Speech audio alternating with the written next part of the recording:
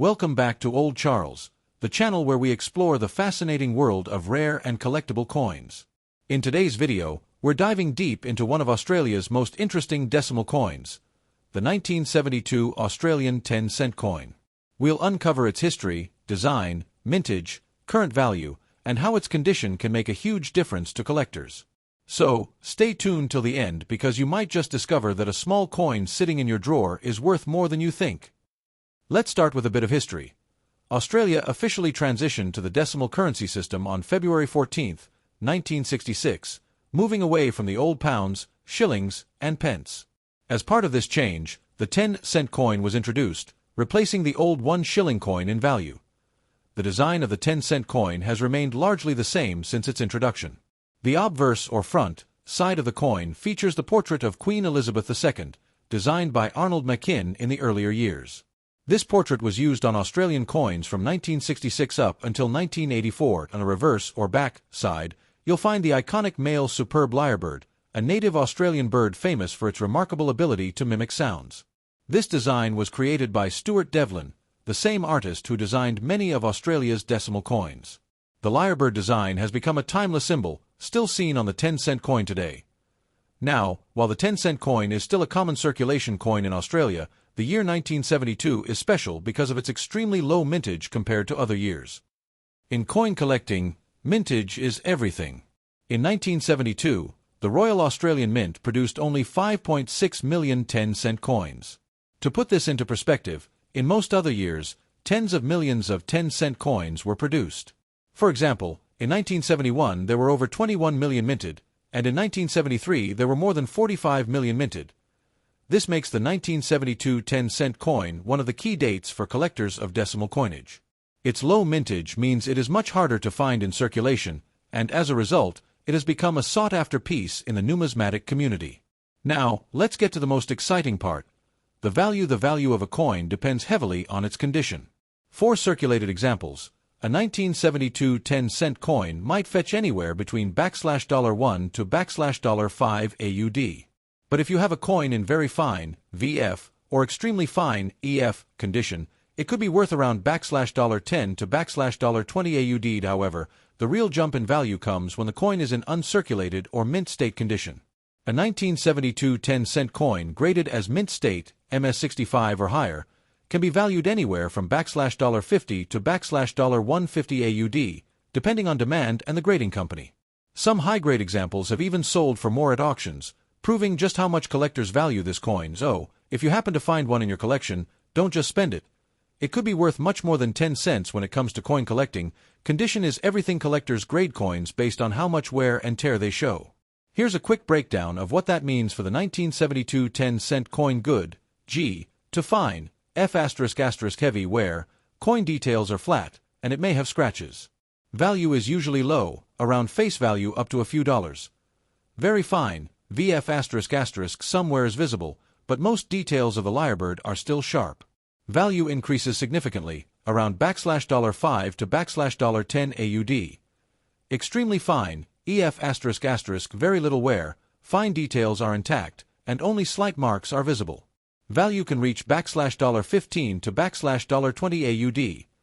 Uncirculated, UNC**, no wear, with the original mint luster. These are rare to find and can be worth $50 plus AUD.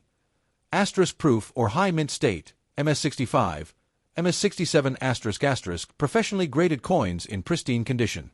These are highly sought after and can exceed $100 AUD at auctions. Because of its relatively low mintage, even circulated coins are collected, but the high-grade ones are where the real value lies. Oh, what should you look out for if you want to collect or find a 1972 10-cent coin? 1. Check the date carefully. Many people overlook small denomination coins, but the date is key. If you see 1972, hold on to it. 2. Look for condition. The better preserved the coin is, the higher its value. Keep it safe from scratches, dirt, and moisture. 3. Consider professional grading. If you think your coin is in excellent condition, having it professionally graded can boost its value significantly. 4. Market trends. Coin values fluctuate depending on collector demand. Over time, rare coins like this often increase in value, making them a good long-term collectible. The 1972 Australian 10-cent coin may seem like just another small piece of change, but to collectors, it represents rarity, history, and value. That wraps up our deep dive into the 1972 Australian 10-cent coin. From its unique history, its low mintage, to its surprising collector's value, this little coin is truly a gem in Australian decimal currency. To really understand the 1972 Australian 10-cent coin, we need to step back and look at the broader history of Australian currency. Before 1966, Australia used the pounds, shillings, and pence system, inherited from Britain. In this system, 1 pound was divided into 20 shillings, and each shilling was worth 12 pence. While this worked well for a long time, it became outdated as the world shifted toward decimal-based systems, which are much easier to use for trade and daily transactions. On February 14, 1966, a major change occurred in Australia, a moment often referred to as C-Day or Currency Day. This was the day when Australia officially switched to the decimal system. The new system introduced the dollar and cents, where $1 was equal to 100 cents. This move modernized Australia's economy, simplified financial calculations, and aligned it more closely with other global economies. As part of this decimalization process, the 10-cent coin was born, directly replacing the old shilling coin. Interestingly, both coins shared the same size and weight, meaning the transition was smooth for vending machines, cash registers, and everyday use. People who were used to the shilling could easily adapt to the 10-cent coin without confusion.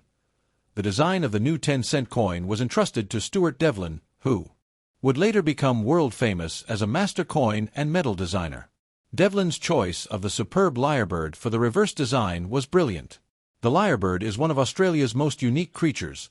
Not only is it visually striking with its ornate tail feathers, but it is also renowned for its incredible ability to mimic natural and man-made sounds. This choice symbolized Australia's natural beauty and uniqueness, making the coin distinctly Australian. On the obverse side of the coin, we see the portrait of Queen Elizabeth II, created by British sculptor Arnold Machin. This effigy was introduced in 1966 and was used on Australian coins until 1984. It depicts the young Queen wearing the Girls of Great Britain and Ireland tiara. At this time, Queen Elizabeth was still in the early decades of her reign, and her portrait symbolized the close connection between Australia and the British monarchy. From its introduction, the 10-cent coin quickly became one of the most widely used coins in Australia. It was small, practical, and held enough value to be significant in daily transactions. In the late 1960s and early 1970s, 10 cents could buy a newspaper, a loaf of bread, or even a tram ticket in some parts of the country.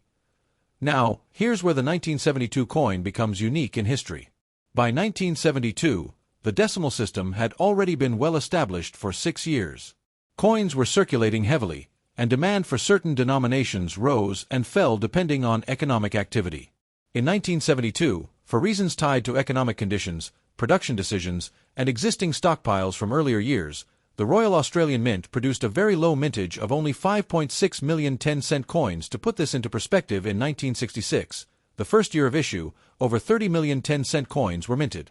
In 1971, the year before, more than 21 million were produced. In 1973, the year after, production skyrocketed to over 45 million. This means the 1972 issue stands out as a year of scarcity. Collectors often call it a key date coin, which means it's harder to find and therefore more desirable in collections. The low mintage of 1972 wasn't widely recognized by the general public at the time.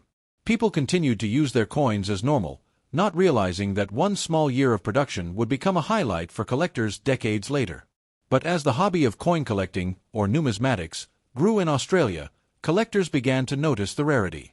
By the 1980s and 1990s, the 1972 10-cent coin had already earned a reputation as one of the harder decimal coins to acquire. Even today, over 50 years later, the 1972 Australian 10-cent coin remains one of the most sought-after pieces of decimal currency.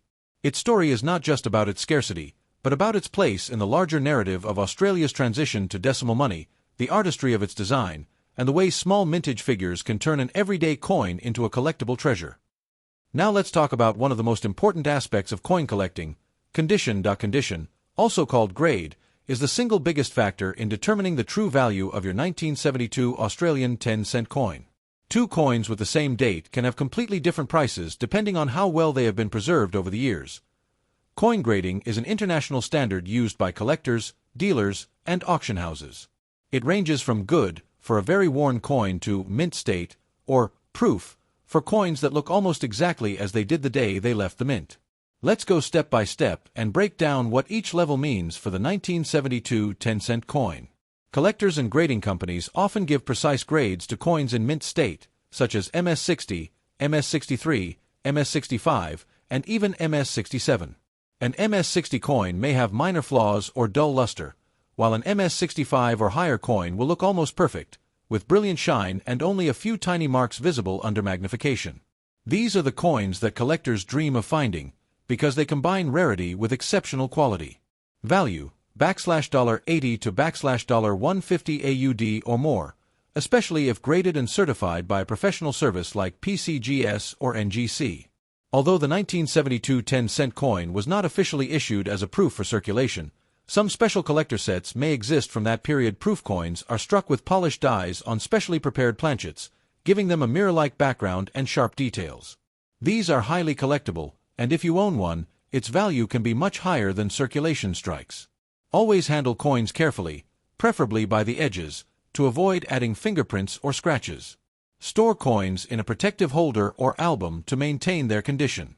If you believe your coin is in uncirculated or mint state, consider professional grading. A slabbed, certified coin often commands a much higher price at auction.